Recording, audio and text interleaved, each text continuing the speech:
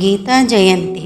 శ్రీకృష్ణ పరమాత్మ రణరంగాన అర్జునుడికి గీతోపదేశం చేసిన సుదినం. భగవద్గీత ఒక చుక్కానిలా దారి చూపిస్తుంది. గీత మంత్రమయం.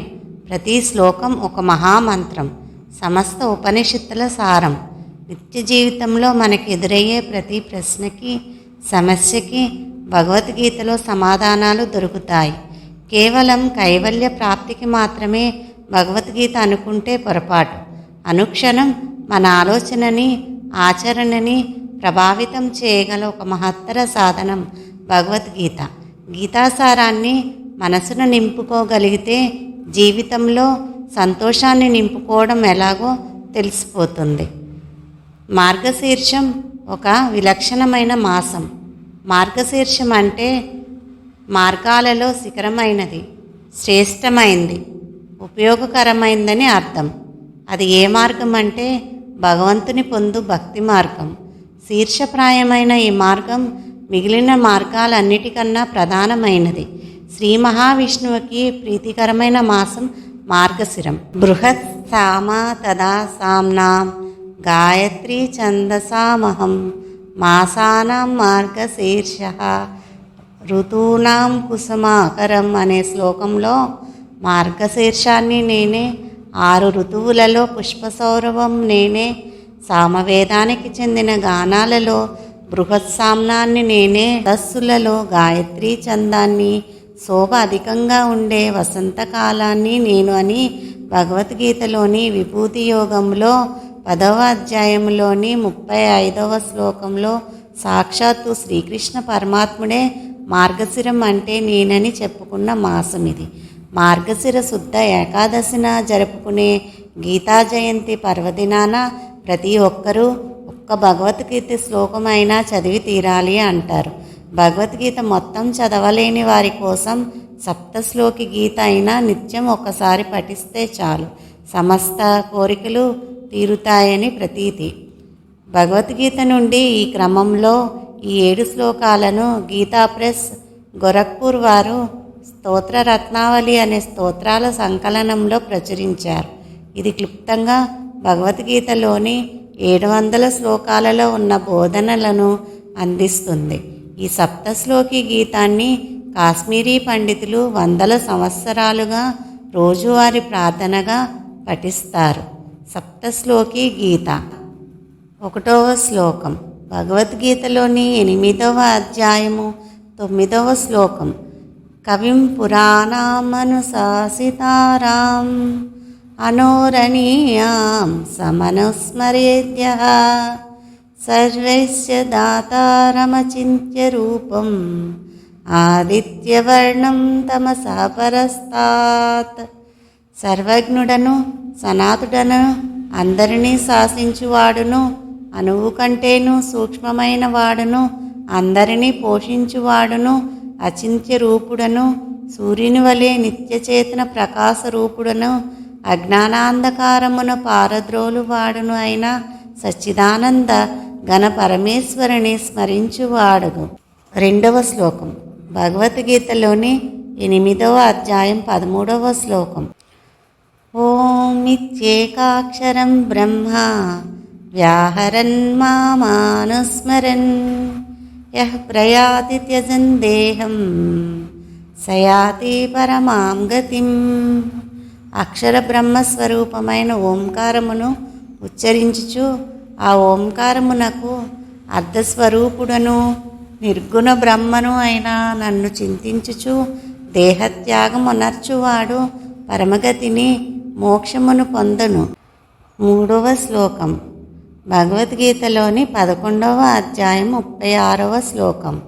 స్థానే హృషికేశ తవ ప్రకృత్యా జగత్ప్రవృత్యానురజ్యతే చ రక్షాంసి భీతాని దిశో ద్రవంతి సర్వే నమస్యంతి చ సిద్ధసంగాః.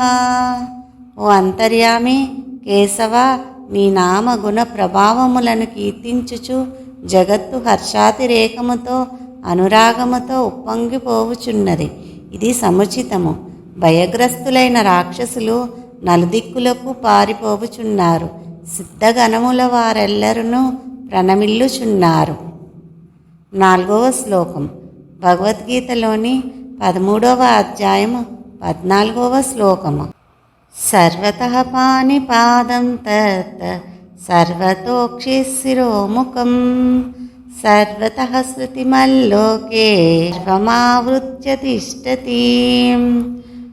ఆ పరమాత్ముని చేతులు, పాదములు, నేత్రములు, చెవులు, శిరస్సులు, ముఖములు సర్వత్రా స్థితములై ఉన్నవి. అతడు సర్వమును ఆవరించి ఉన్నాడు. 5వ శ్లోకం భగవద్గీతలోని 15వ అధ్యాయం 1వ శ్లోకం. ఊర్ధ్వమూలమదస్సాకం అశ్వత్థం ప్రాహురవ్యయం ఛందాంసి యస్య పర్ణాని యస్తం వేద స వేదవేత్. ఆదిపురుషుడైన పరమేశ్వరుడే మూలముగా, బ్రహ్మయే ముఖ్య శాఖగా, వేదములే వర్ణములుగా గల ఈ సంసార రూప అశ్వత్థ వృక్షము శాశ్వతమైనది. వేర్లు పైకి మరియు క్రిందకి కొమ్మలతో ఉన్న ఈ సంసార వృక్షతత్వమును మూల సహితముగా తెలిసినవాడు, నిజముగా వేదార్థములను ఎరిగినవాడు. 6వ శ్లోకము భగవద్గీతలోని 15వ అధ్యాయము 15వ శ్లోకము. సర్వస్య చాహం హృది సన్నివిష్టః మత్తః స్మృతిర్జ్ఞానమపోహనం చ వేదైః సర్వైః అహమేవ వేద్యః వేదాంతకృద్వేద విదేవ చాహం. సమస్త ప్రాణుల హృదయములలో అంతర్యామిగా ఉన్నవాడను నేనే. నా నుండియే స్మృతి, జ్ఞానము, అపోహనము కలుగుచున్నవి. వేదముల ద్వారా తెలుసుకునదగిన వాడను నేనే. వేదాంతకర్తను, వేదజ్ఞుడను కూడా నేనే. 7వ శ్లోకం భగవద్గీతలోని 18వ అధ్యాయము 65వ శ్లోకం. మన్మనా భవ మద్భక్తః మద్యాజీ మాం నమస్కురు మామే వైష్యసి సత్యం తే ప్రతిజానే ప్రియోసి మే. ఓ అర్జున, నీవు నాయందే మనస్సును నిలుపుము, నా భక్తుడువు కమ్ము, నన్నే సేవింపుము, నాకు ప్రణమిల్లుము. ఇట్లు చేయుట వలన నన్నే పొందగలవు. ఇది ప్రతిజ్ఞాపూర్వకముగా నేను చెప్పుచున్న మాట. ఏలనన నీవు నాకు అత్యంత ప్రియుడవు. 7 శ్లోకాలను ఇప్పుడు ఏకంగా ఒకసారి పఠిద్దాము. కవిం పురాణం అనుశాసితారాం అనోరణీయాం సమనుస్మరేద్యః సర్వస్య దాతారమచింత్య రూపం ఆదిత్యవర్ణం తమసః పరాస్తాత్.